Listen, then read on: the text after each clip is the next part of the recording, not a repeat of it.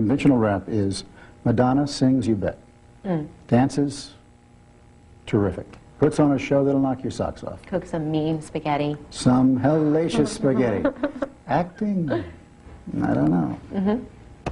Well, I don't blame them for thinking that. They haven't seen me in very many good movies. I don't disagree with them. But there's a difference between being in bad movies and being a bad actress. I don't think I'm a bad actress. I think I've been in a lot of bad movies. It certainly puts pressure on your next venture. Yeah, it does. A lot. And you're taking a swipe at a pretty big project. Well, the good thing about Evita is that it is a musical, so people will be more accepting of me in that role because so much of it is about music. Describe Evita for me. Eva Peron, describe her. I mean, psychoanalyze. Yeah, what Eva kind of woman Peron. is she? Desperate, misunderstood, generous. She had a drive about her. Yes, She was a little hurt by life. hugely hurt. Yeah. Any of this sound familiar at all to you? Yes, of course. You know, it just struck me, you know, when I was describing Eva Peron, and I said she was hurt by life, Yes? I watched how you reacted to that. Yes, Dr. Sawyer. How did I react? Well, you sort of took it in a bit. Well, yeah, of course. I mean, believe me, I've done extensive research about her, and... And all the more, actually, I'm thinking of you. Okay. And why do you feel hurt by life? Why am I so hurt? I think, you know, losing my mother at a very young age was a devastating experience, and I really did feel completely abandoned at that point in my life, and I'm sure that has influenced every decision that I've made, and sort of left me with a feeling, a hunger, a longing, a feeling of emptiness. You sort of grow up being afraid to love things because they're going to leave you. And maybe that's why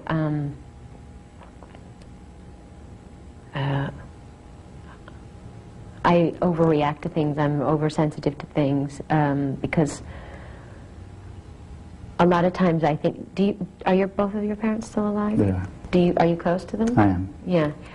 Isn't it great to be able to call them up? And I don't know, I don't know if you call your mother all the time, but it's so, I call my mother all the time. yeah, well, I am constantly, you know, in these situations where I'm completely frustrated and absolutely no one can come to my rescue and make me feel better. And I always say, God, I wish I had a mother that I could call. And I don't. What do you do with that? You're by yourself. Yes. Can you reach out to anybody? Well, yeah, I mean, I have incredible friends. Is there any place at all? Because this is important. This is It important is. for a lot of people. Is there any place at all where you can go to feel Safe. This is such a good question. And I think I should just cancel my shrink appointment. Is there any place I can go that's safe?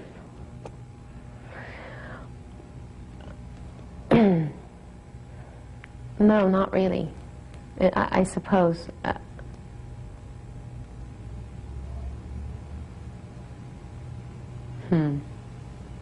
Well, that's not true. I have a sister who's married and she has a son, and they live in Los Angeles, and she's the closest thing. She has the personality of my mother, and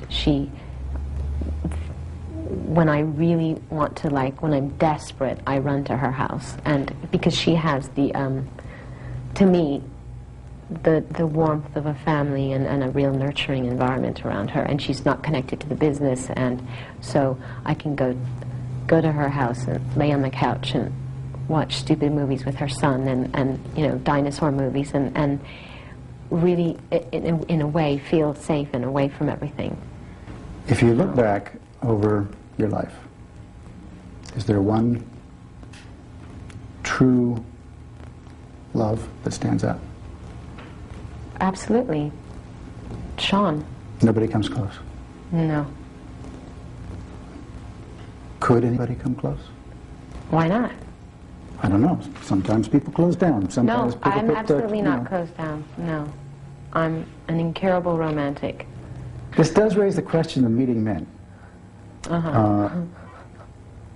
Is that a problem? Men being the way they are.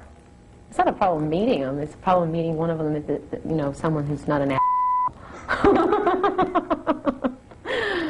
Well, you know, there are certain stereotypes that people are going to have to wade over. in terms of me. Yeah. I know, that's I what... mean, they think they walk in the apartment and there's going to be a whip collection on the wall. Yes. A couple of cages. That sort of Lots thing. of burning candles. So they have to get past that. Yeah, they do. And if they can't, then that's their problem. Because I'm so much more than that. I'm not even that. When I meet people and I get to know them, they always say, God, you're so sweet. You're so vulnerable. You know, and my whole thing is, God, can't you see that? Can't you see that in everything that I do? I mean, I think it's obvious. If things went the way you really wanted them, would you marry again? Yeah, definitely. Family? Definitely. Bambinos? Absolutely. What if you don't meet the right guy? Well, then I'll adopt a baby. Or two. But I'm sure I'll meet the right guy. I'm sure of it. Do you feel this notorious biological clock? Absolutely. Yeah? Well, what time is it then? It's time. You mean pretty much now? Yeah, but now I have to do this movie. And then after the movie? After the movie, I'm going to put a couple of ads in the New York Times, Village Voice. Who knows who's going to apply for, you know, the fatherhood gig. Somewhere in that mix, your music keeps going? Of course. Always. Que no voy a descubrir la forma de volver atrás. Some people wonder if, you know, at a certain point when it's not as hot or as commercially successful as it is now, and it happens to everybody, Has happened to me. does that cause you to want to back off, to bail out? No. No. I love music.